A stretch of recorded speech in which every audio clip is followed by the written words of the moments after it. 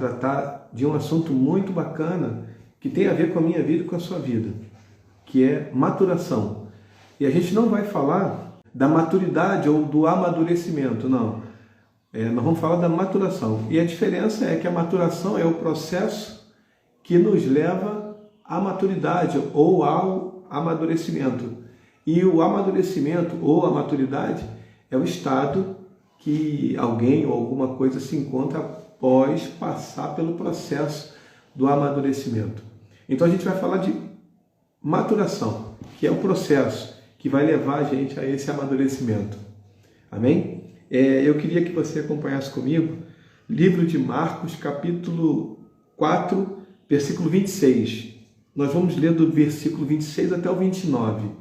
E esse texto ele fala exatamente disso. Algo que Jesus mostrou para aquelas pessoas que estavam ali, inclusive os discípulos, como é que funcionava esse processo. E ele diz assim, o título na minha Bíblia diz a parábola da semente, diz assim, e dizia, o reino de Deus é assim como se um homem lançasse semente à terra, e dormisse, e se levantasse de noite ou de dia, e a semente brotasse, e crescesse, não sabendo ele como. Porque a terra, por si mesma, frutifica primeiro a erva, depois a espiga, e por último, o grão cheio na espiga. E quando já o fruto se mostra, mete-lhe a foice, porque está chegada a ceifa. Então aqui nós vemos Jesus trabalhando mais uma vez uma parábola para explicar acerca de algum assunto que ele estava ensinando.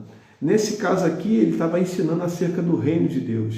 E ele precisava trazer algo que fosse do convívio, do cotidiano, daquelas pessoas que estavam ouvindo sua mensagem, o seu ensinamento. Então Jesus ele vai mostrar para aquelas pessoas algo que é comum para todas elas, porque o contexto daquelas pessoas viviam da pescaria, como Pedro, da agricultura, e aí na criação de animais e na agricultura, o que eles mais faziam era isso aqui, semear, que era um princípio, é um princípio bíblico, a lei da semeadura. E eu queria começar esse estudo, antes da gente entrar propriamente no assunto, eu queria falar de um assunto, de um fenômeno que acontece muito no Brasil, principalmente no Brasil, que é o fechamento de algumas empresas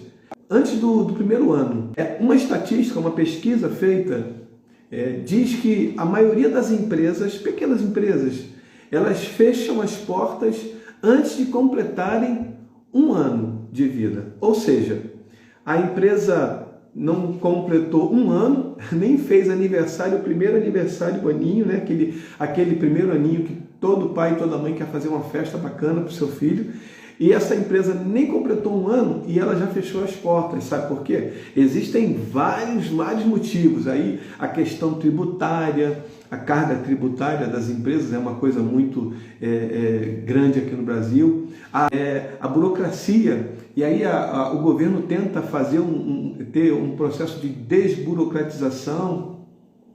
A questão dos funcionários, dos colaboradores. Tem questão de localização, mas trazendo todos esses motivos que levam ao fechamento dessas empresas antes do primeiro ano, juntando tudo, o que falta é maturação. O que falta para essa empresa ou para essas empresas é maturação, um processo.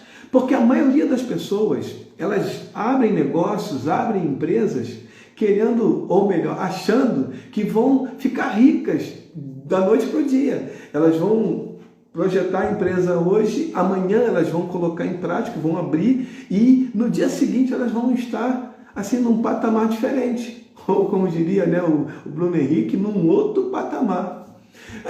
E isso não é verdade. Toda empresa ela necessita de maturação, ela precisa de processos. E aí as pessoas, elas, quando vão abrir negócios, elas precisam primeiro perguntar: para elas o que elas esperam do negócio. Né? O que você espera? Você espera ganhar tanto? Você espera fazer isso, fazer aquilo? O que você espera do seu negócio, da sua empresa, daquilo que você está abrindo? E depois fazer a mesma pergunta, só que para a empresa ou para o negócio. Empresa, negócio, o que você espera de mim? Porque, por exemplo, se uma pessoa abre uma padaria, ela pensa logo em ganhar muito dinheiro vendendo pão, doce, bolo e tal. Muito bom, bacana, isso aí está perfeito. Mas ela não pergunta para a padaria. Se ela não pergunta, ela incorre num problema muito grave. Porque, por exemplo, ela não diz assim, padaria, o que você espera de mim? E quando ela não faz isso, olha o que acontece. A maioria das padarias, eu estou falando de um modo geral, elas abrem às 6 da manhã e fecham às 10 da noite, 22 horas. Então, só aqui, a gente está falando em 16 horas. Será que eu estou disposto a ficar esse período todo trabalhando? Ou será que eu estou disposto a pagar uma pessoa para fazer o que eu deveria fazer, da maneira que eu deveria fazer naquela empresa?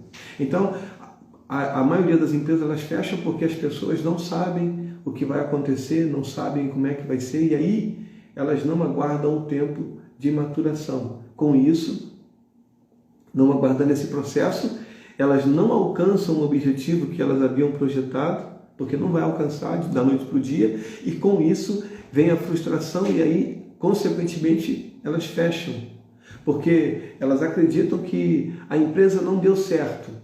Não deu certo porque foi isso, e aí fecha a porta. Então, a pesquisa no Brasil feita, ela declara isso, por quê? Porque as empresas não aguardam o tempo de maturação. Na vida cristã não é diferente. Na vida cristã é exatamente desse jeito. O princípio utilizado no meio comercial, no meio secular, é o mesmo princípio utilizado na caminhada cristã. Eu preciso aguardar o tempo de maturação. Eu não posso iniciar uma caminhada cristã achando que tudo vai acontecer no dia seguinte. Eu preciso entender que há um processo que eu vou viver e esse processo ele leva tempo e esse processo ele está dentro do programado, né, do previsto por Deus. Ele está tudo dentro dos conformes, de acordo com o que nós lemos aqui. E eu vou só ressaltar alguns detalhes desse texto que nós lemos. Porque nós lemos aqui que Jesus estava ensinando para aquele povo acerca do reino de Deus. E ele disse que o reino de Deus é semelhante, olha, parecido com uma semente. Em que sentido? Em todos os sentidos. Porque eu preciso lançar, eu preciso aguardar o tempo, eu preciso ver o tempo de que ele vai frutificar. E aí eu volto aqui para a palavra do Senhor e ele começa dizendo assim, a parábola da semente, diz o texto. E dizia, o reino de Deus é semelhante a um homem que lança uma semente à terra. Em seguida, levanta de dia, ele vai dormir, e ele se levanta de dia ou de noite, e em seguida a semente brota e cresce, não sabendo ele como. Sabe como que isso acontece? O homem lança uma semente e ele vai dormir. No dia seguinte, acordando de dia ou de noite, ele vai ver e a semente brotou. Ele não sabe como que isso aconteceu. A semente tem dentro dela um DNA que vai fazer ela crescer e germinar, mas isso tudo não acontece da noite para o dia. Eu separei aqui 5 pontos que eu preciso saber quando eu estou trabalhando com uma semente. Quando eu estou trabalhando, seja na minha área secular, na minha vida profissional, ou seja na minha caminhada cristã, na minha vida cristã, eu preciso entender que é como se eu tivesse lançado uma semente. Primeira coisa, a semente precisa ser lançada. Não há a mínima possibilidade da semente germinar sem antes ela ser lançada na terra.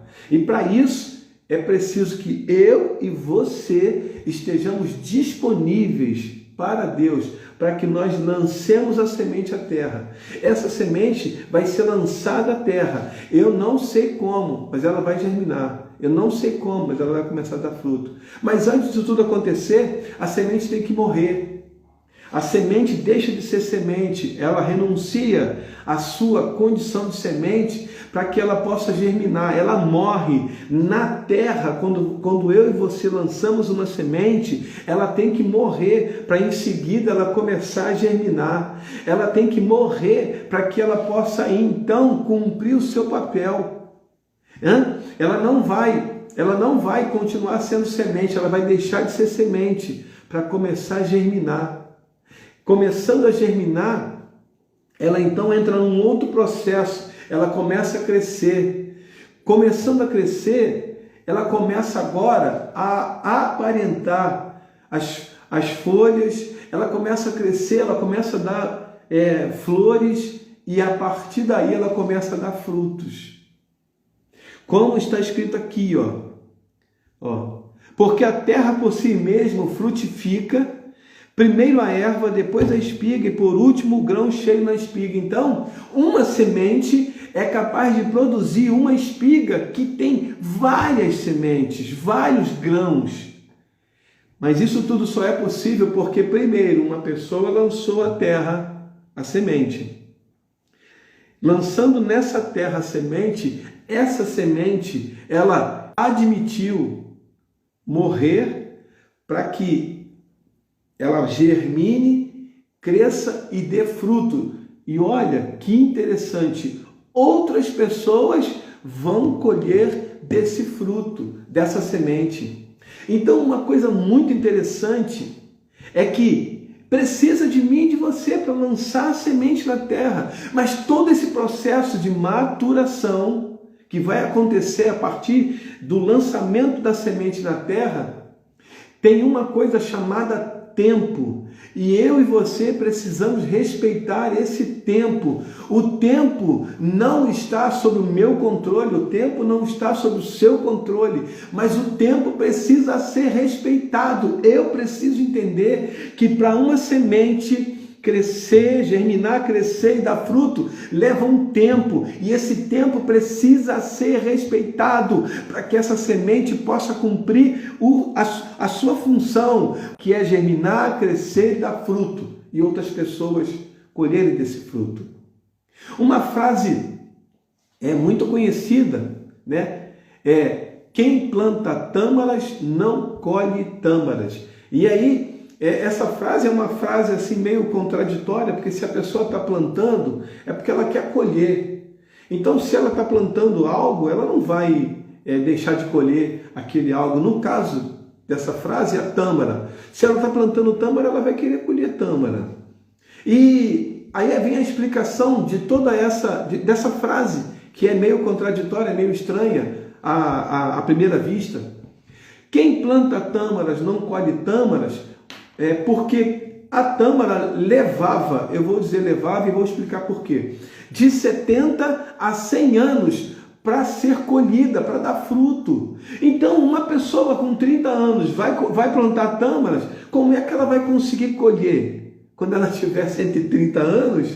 Quando ela tiver 120? Quando ela tiver 110 ou 100 anos?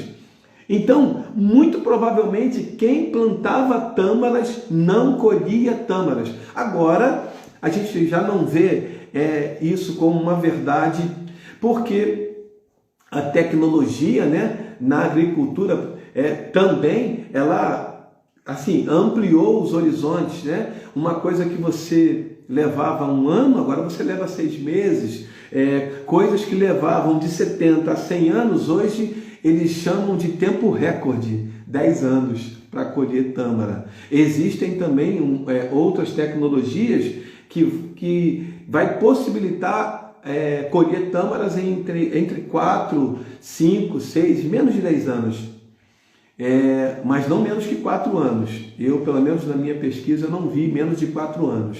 Mas note que a tecnologia possibilitou, avançou e reduziu esse tempo de 70 a 100 anos para 4 a 10 anos. É uma coisa absurda, é um recorde, né? É um avanço tecnológico gigantesco. Contudo, ainda precisa que se espere o tempo. O tempo ainda precisa ser respeitado, também, ainda que exista uma tecnologia muito grande. Então, o que eu entendo, o que eu aprendo para a minha vida, o que você aprende para a sua vida nessa questão, principalmente da tâmara, que levava 70 a 100 anos, hoje leva de 4 a 10 anos para ser colhida.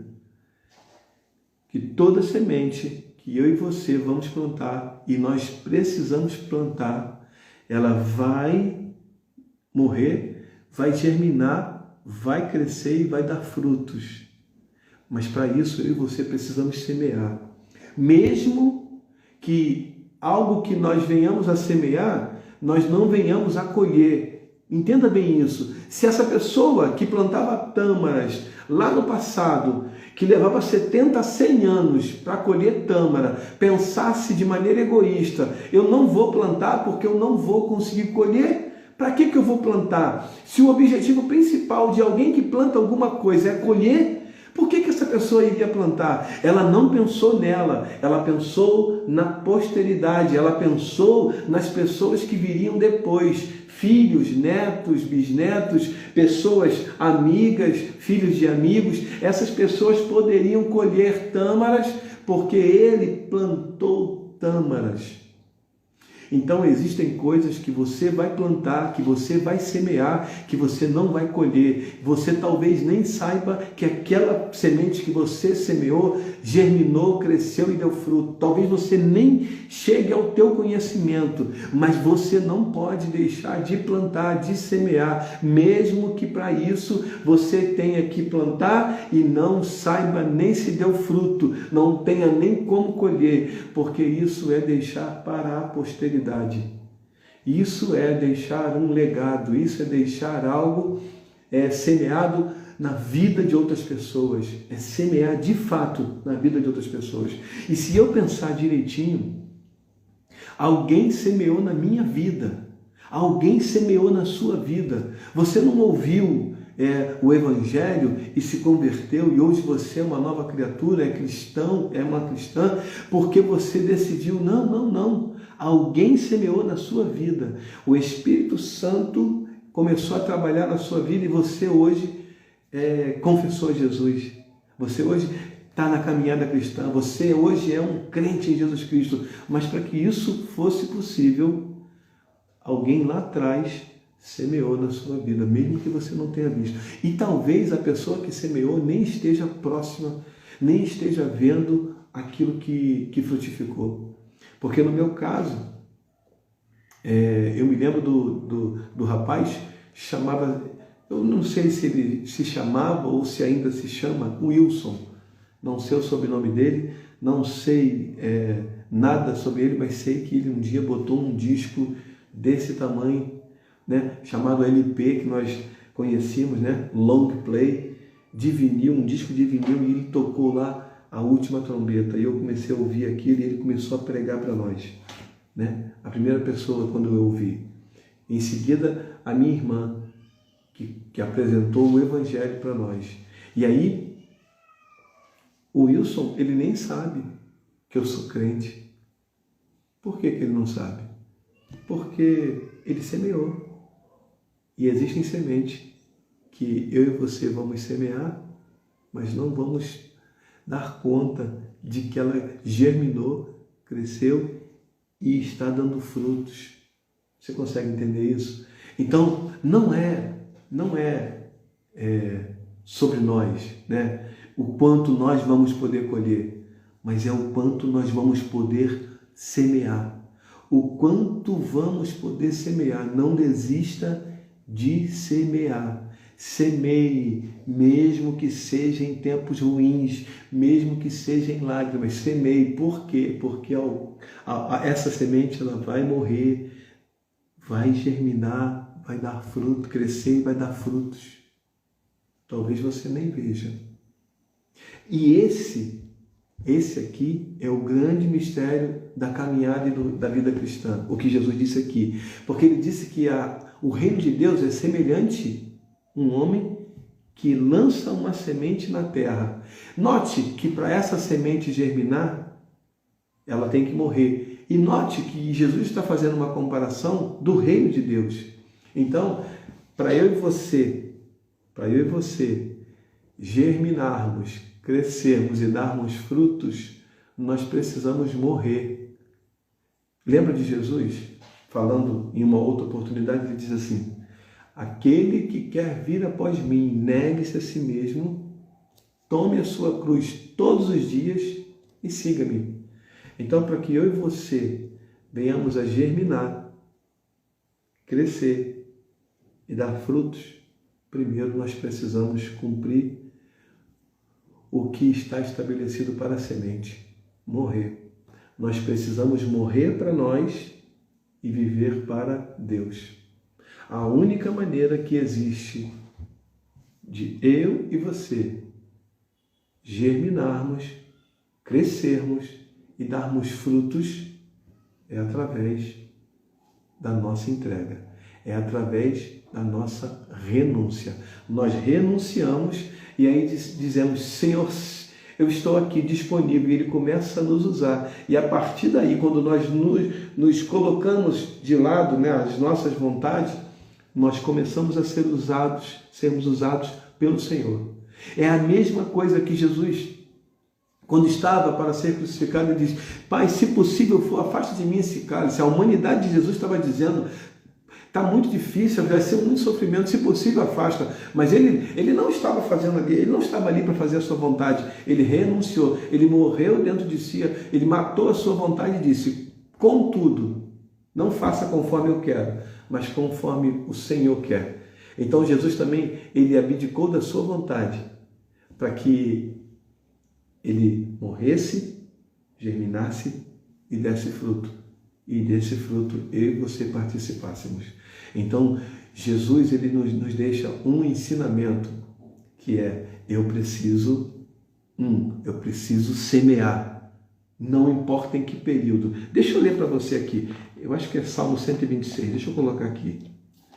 Salmo 126, isso aqui, ó, versículo 5, 126, versículo 5. Os que semeiam em lágrimas cegarão com alegria. Aquele que leva a preciosa semente andando e chorando, voltará sem dúvida com alegria, trazendo consigo os seus molhos.